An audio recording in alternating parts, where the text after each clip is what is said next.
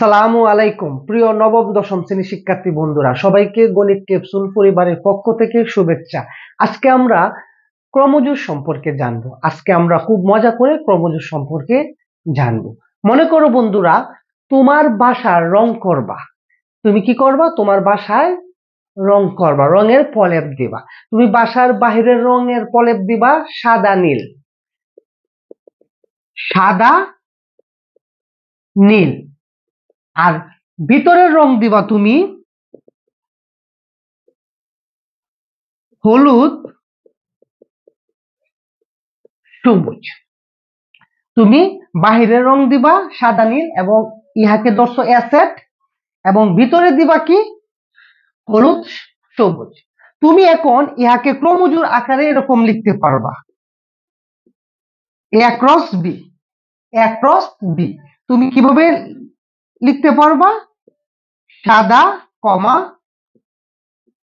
হলুদ, সাদা কমা সবুজ, নীল কমা হলুদ। আবার নীল কমা সবুজ। আমরা এরকম ভাবে ক্রমজোর আকারে কি করতে পারবো? বাহিরে এবং ভিতরে রং দিতে পারবো। এই যে আমি বাহিরে এবং ভিতরে রংটা দিব, ইহাকে বলা হয় কার্তেশীয় গুণজ। এই ক্রমজোর গুলোকেই বলা হয় কার্তেশীয় গুণজ। এবং এই ক্রমজোরকে এরকম প্রকাশ করা হয় এ ক্রস বি, ইহাকে উচ্চারণ করা হয় এ ক্রস বি। ওকে, এখন বন্ধুরা তোমাদেরকে একটু স্পষ্ট করে বুঝাইয়া দিচ্ছি। দেখো, এরকম a cross b equal to x comma y যেন x belongs to a, y belongs to b। বন্ধুরা একটু বিষয়টা লক্ষ্য করো, ইয়া হচ্ছে কার্তেশীয় গুণজের সেট গঠন পদ্ধতি। আমি যখন a cross b করব, এটাকে বলা হয় ক্রস a cross b। যখন a cross b করব তখন ইহার মানে কি? ইহার মানে হচ্ছে x comma y।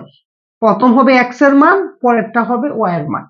x এর মানটা এরকম হতে হবে যেন a সেটের কি হয়? সদস্য হয়। এবং y এর মানটা হতে হবে b সেটের সদস্য। একটু তোমরা লক্ষ্য করো, মনে করো বন্ধুরা a ইকুয়াল টু হচ্ছে 2 3, b ইকুয়াল টু 4 5। এখন আমি কি করব? আমি এক কার্তেশীয় গুণজ b মান বের করব। তো বন্ধুরা দেখো, এর মান হচ্ছে 2 3, কার্তেশীয় গুণজ বির মান হচ্ছে 4 5।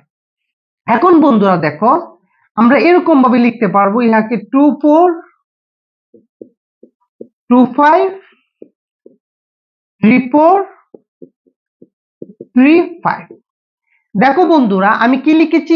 x কমা y, ইহা x এর মান, ইহা y এর মান।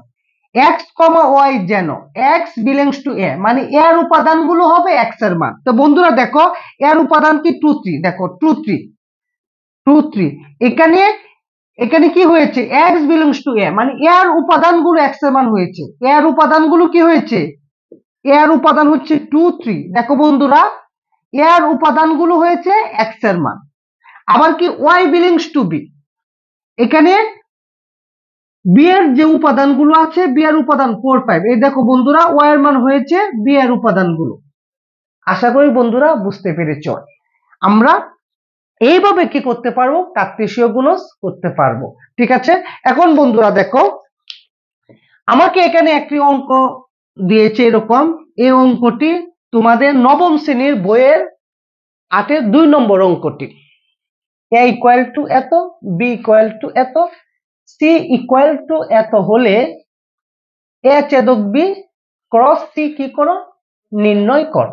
আমি যদি ইহার মান বের করি, আগে আমাকে a ছেদক b এর মান বের করতে হবে। a ছেদক b এর মান হচ্ছে কত? 3 4 5।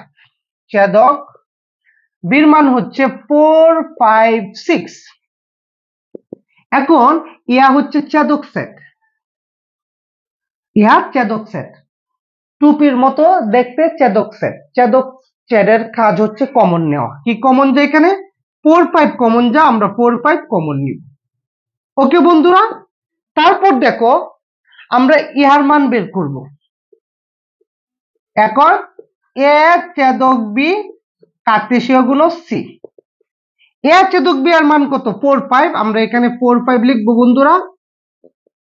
সি এর মান কত? সি এর মান হচ্ছে xy, লিখবো আমরা xy। এখন বন্ধুরা দেখো,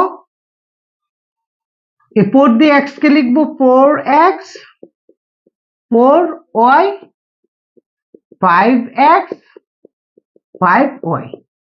ইহাই আনসার।